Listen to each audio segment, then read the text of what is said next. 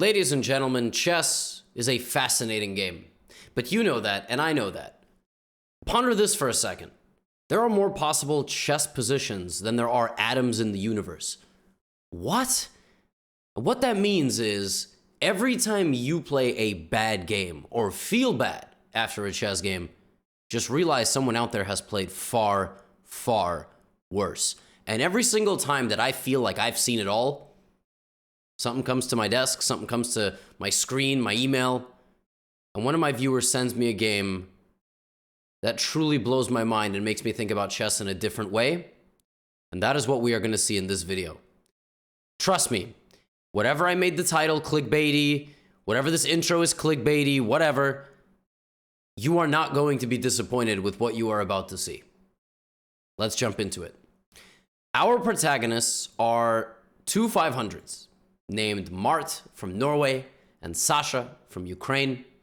Sasha out there has a nice skiing profile photo. Mart is just a bunch of colors. This game, I don't even know what to say. I have no words, and I have to have words because that's literally my job. So, knight f3 is how we start the game. Black responds with the move e6. White plays e4, and now we have knight to f6. Now, this is already bad. This is actually already bad. You need to put pawns in the center as far as possible as you can. The best move here is always going to be d5.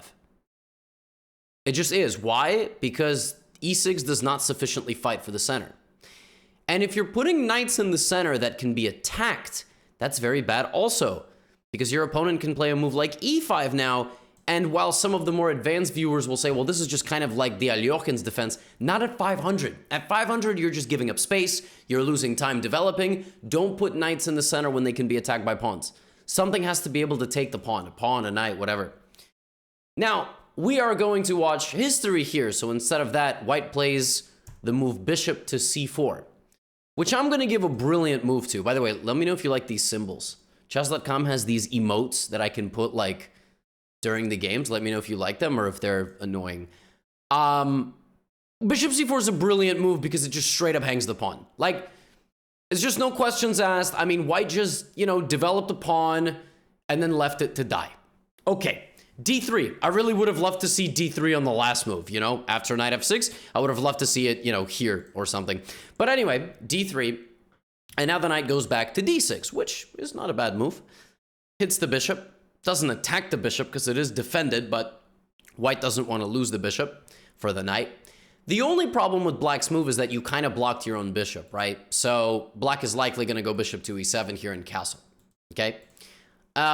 White now does castle. So white actually relatively good with the basics thus far. Black now plays the move b6, fianchettoing the light squared bishop out this way, and now we can safely assume one of these pieces will be developed and the king will decide which way to go, because that's the way you play chess. Now white plays d4. Okay. So a couple of moves ago, white played d3. White was unsatisfied with that and now plays the move d4. Terrific. Black was going to play the move bishop to b7, but rather than doing that, black plays bishop to a6. Okay. Bishop a6 attacks the rook on f1. White moves the rook to e1. Right? Now, black here should play bishop e7 and castle. That's what black should do. Bishop e7 and castle. However, black plays the move g5. Now, the move g5 is probably just never good. I'm just going to rule of thumb. If you gave me 1,000 positions, especially at the 500 level, when the move g7 to g5 by black is a good move, it's going to be 1 out of 1,000. Why? It's just a weird flank pawn push. There's like an 80% chance the player doesn't even realize, I apologize, the player doesn't even realize that the pawn is hanging. It's just hanging. There's 2 attackers on it. Bishop takes g5, crushing. It's also just like sabotaging your own development. Like, it's just not good. Your king should be there.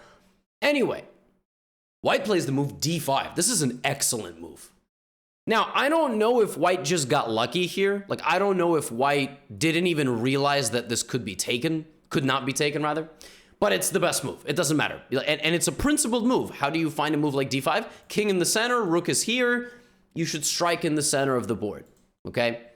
Knight goes back to e7, and now white realizes, oh, that pawn could really get it. right? So now, rather than even getting tunnel vision and taking over here, we have knight takes g5. Now, black did not realize that in this position, this is a bad move. Why is that a bad move? Because this is what I call, this is phantom defense. That's not defended because it's pinned. But what's fascinating about like newbies is that I guarantee when white played this move, black went like this. And black was like, why can't I take? And black went, oh, I'm pinned. Okay, well then I'm gonna go here. So how did black just forget? Like, it's the same exact situation. Oh my God. Anyway, now the rook is hanging. So the rook moves. Okay, simple. And now white doesn't have to retreat. The bishop's not under attack. But white, being the responsible 500, is like, you know what? If I leave my bishop there, I'm probably going to lose it at some point because I'll forget. So I'm going to retreat. The best move there would have been to just get as active and aggressive as possible. Black's king is in the center. Black is lagging severely in development. White has everything set out, so you might as well bring in the powerful pieces. The queen on h5, right? And that's not checkmate, but it could be if you remove the knight. That's how chess works, right? Logical thinking here. And you'd be setting off the bomb on f7. That's cool. I don't know. Boom. Look at that. Anyway, rook b8. Bishop back to f3. And now black once again sabotages development and moves a pawn in front of the king. Now the king's wide open. King's wide open, position's +10. And what I always tell like new players, even, you know, beginners, intermediate, like 8 times out of 10, 9 times out of 10, the best move is going to be going forward. It's very rarely going to be retreating. There is nothing wrong with this move, which is retreating, but you have a better move. The king's wide open. I mean, you got to go here. Like, you gotta hit him with one of these, and now the king walks forward, walk of shame for the king. I got news for you. Taking this is not possible because bishop takes g5 is an x-ray. Not only is it an x-ray, it's actually mate. That is mate. Boom. All right? King dies. All right? So we go back a little bit. Knight e4, you know what I'm saying? Fine. f5. No regard for anything. I mean, bishop h5, the game is over. Like, this is why you always need to look for checks, too. You see this and you're like, oh no, I have to take. If white played this move, this wouldn't have been a video. Because black would have gone here, because black doesn't know knights go backwards, and then mate. Like, that's how the game would have ended, and we wouldn't have gotten a YouTube video. But instead of that, white takes on d6. All right, we have c takes d6, and now it's actually mate in 2. Now it's just literally mate in 2. This is why you always just scan for the checks. If you looked for checks in this position, by accident, you would win because those are your only 2 checks in the next 2 moves. So this is why you need to do CCA, okay? Not Continental Chess Association, all right? But you got to do CCA, checks, captures, attacks, all right? Because, I mean, you just win, like, right? So, bishop f4. That doesn't happen. Instead, we have bishop f4. Queen to h4, aggressive, g3, defensive. Queen goes back, and now white finishes development, and black grabs a pawn. And now, white missed the opportunity to put the game away early, but what white did not miss is the opportunity to make it into one of my videos. And from this point forward, that is basically what white tries to do. Here we go. Knight c4! Losing the knight in 1 move. Like, that is no questions asked. Just straight up the blunder of a full knight. And this is why you always look for checks, captures, attacks. Because you see this and you move your queen and you don't take the knight because your brain just didn't pick up on the fact that you could take the knight. Now, again, checks, captures, attacks. Knight takes d6 is just a great move. Instead, you play backwards. Queen a4 and now queen c1. Good move here, defending the knight. Solid move, can't hate it. Rook c8, not the worst move in the world. And now a fascinating sequence of moves occurs. Like when I saw this game, you know, because I gotta scan these games. I gotta vet these games. Like before a company hires a person, they vet them. They check their background, you know. They look at like social media. They get background checks. So I had to vet this game. And when I saw this next sequence of moves, this was my face. Like that was my face. Okay. Queen b2. Now, queen b2 is a very logical move, okay? Because if you track what's happening, there's something going on the other side of the board. Look, I put an emote. That means you have to see it. There's an emote over here, all right? That's hanging. You guys like those things, or is it distracting?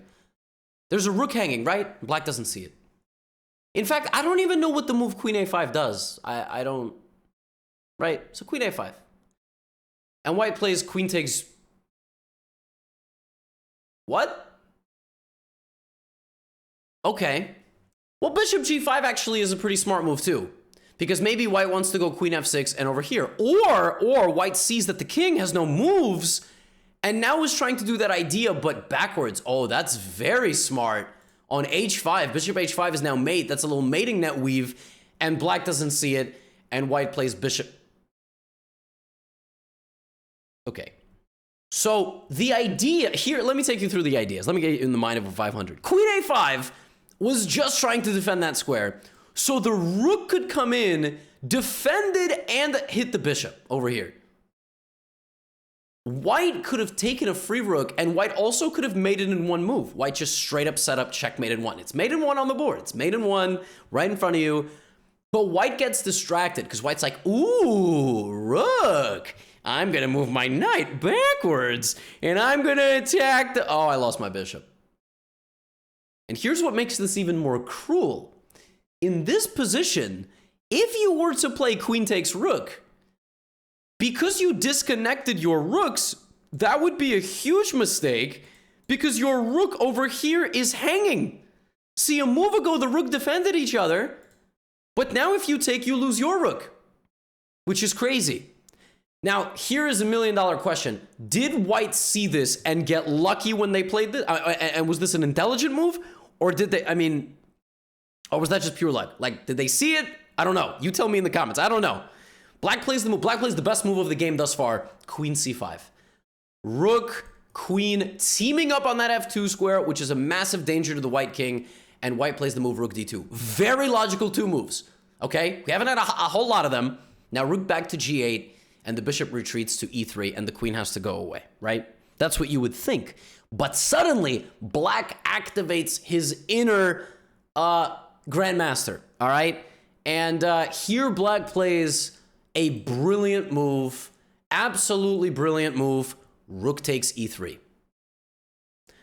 Sacrificing the rook for a bishop and a pawn and a massive attack on the white king that is M. Like, it has an M in front of it. Like, if black plays this correctly, black will just checkmate in a few moves.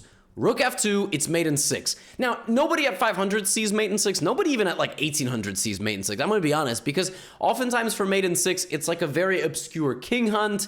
And it usually involves some sort of sacrifice, like you gotta like hunt the... in this case, it doesn't really involve that, but like for example, rook takes g3, black sacrifices a second rook. I don't know if this is blind luck, but that is one of the best moves. But sometimes in mate in 6 combos, you gotta sacrifice something. So black sacrificed the house, all right? And here apparently black had a mate in 6 with queen e1, but instead black goes here, so it was a little bit lucky. And now white plays this. Black gives a check, white blocks, and black realizes, wait a minute, I don't want to repeat moves. Even though I'm down, you know, a lot of material here. I'm going to go queen h4.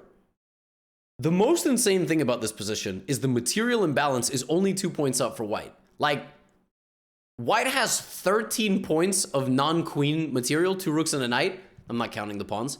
Black has 2 bishops. Okay, white develops the knight, black goes back with the bishop, and now white has a fresh kind of, you know, a lease on life, right? White is now in the driver's seat. How do you win a position like this? You got to trade the queens because the queen is the most important thing. But how do you trade the queens? It's really hard to do that.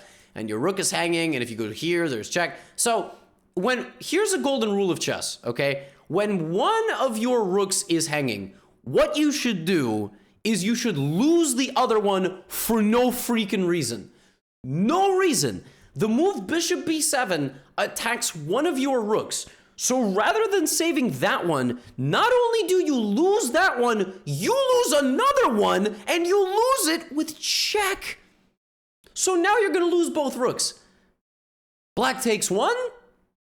You can still save the other. But now white is... white just lost both rooks in 2 moves.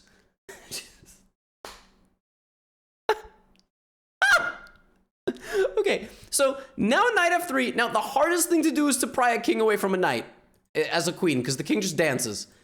But it's not difficult to do that when you also have a bishop. This is a little unnecessary f4, but I like it. I like that move. Hunts the king into the middle.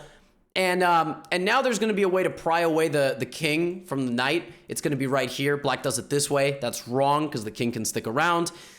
It's mate in 17. Obviously, no one's going to find that. But suddenly, that's it. That's it. That's the end of the game. It's the end of the game. One thing I really love that white did here is white tried to stay away from the queen. So white played king g1 and made sure this move was not going to be a check. Black had to, here in this position, be patient, force the king into a checking situation, and then continue the attack. Actually, here it's even faster checkmate like this. But checkmating by not taking the knight is a little bit hard. Okay, that's pretty difficult. Instead of that, black goes here and now has a 7-point material advantage. Now, at this point, folks, if you've watched 16 minutes, you probably go, huh, that's crazy, black probably stalemated. But then, for those of you that are aware, you realize in the thumbnail, which I probably put there, I said that white won. Maybe I changed the thumbnail, but it said white wins.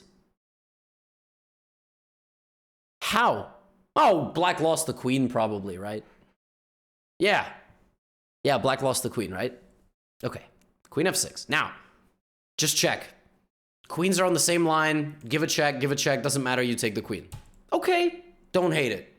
I like the concept of picking up pawns with check. I like that. I also like what white did, which is put the queen near the king. You never know. You never know when you can get stalemated. All right, queen c4. Doesn't even matter that you lose your bishop because you're up so many pawns. King g4. Once again, discovered check, wins the queen because the king is under attack. Finally, we get here. All right. You must be thinking that I pulled a prank on you because there is just no way. There is just no way, right? Folks, I told you in the intro, I have officially seen it all. I have officially seen it all. I don't want to say anything. I'm not going to say anything. I am going to hit the forward arrow until nearly the end of the game, and then I will say something. All I will say before we get to the end of the game is that black had about a minute at this point. Black did not have a huge amount of time, but 1 minute is plenty of time. Okay? Here we go. I will make noises, though.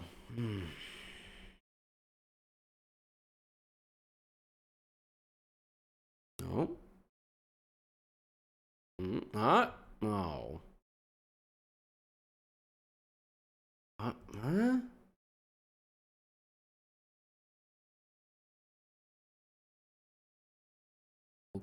Okay.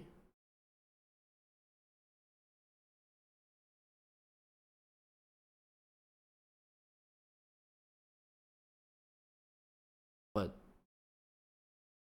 How do you just go here?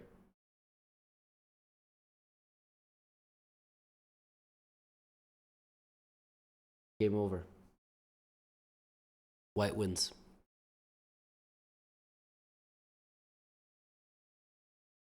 I told you.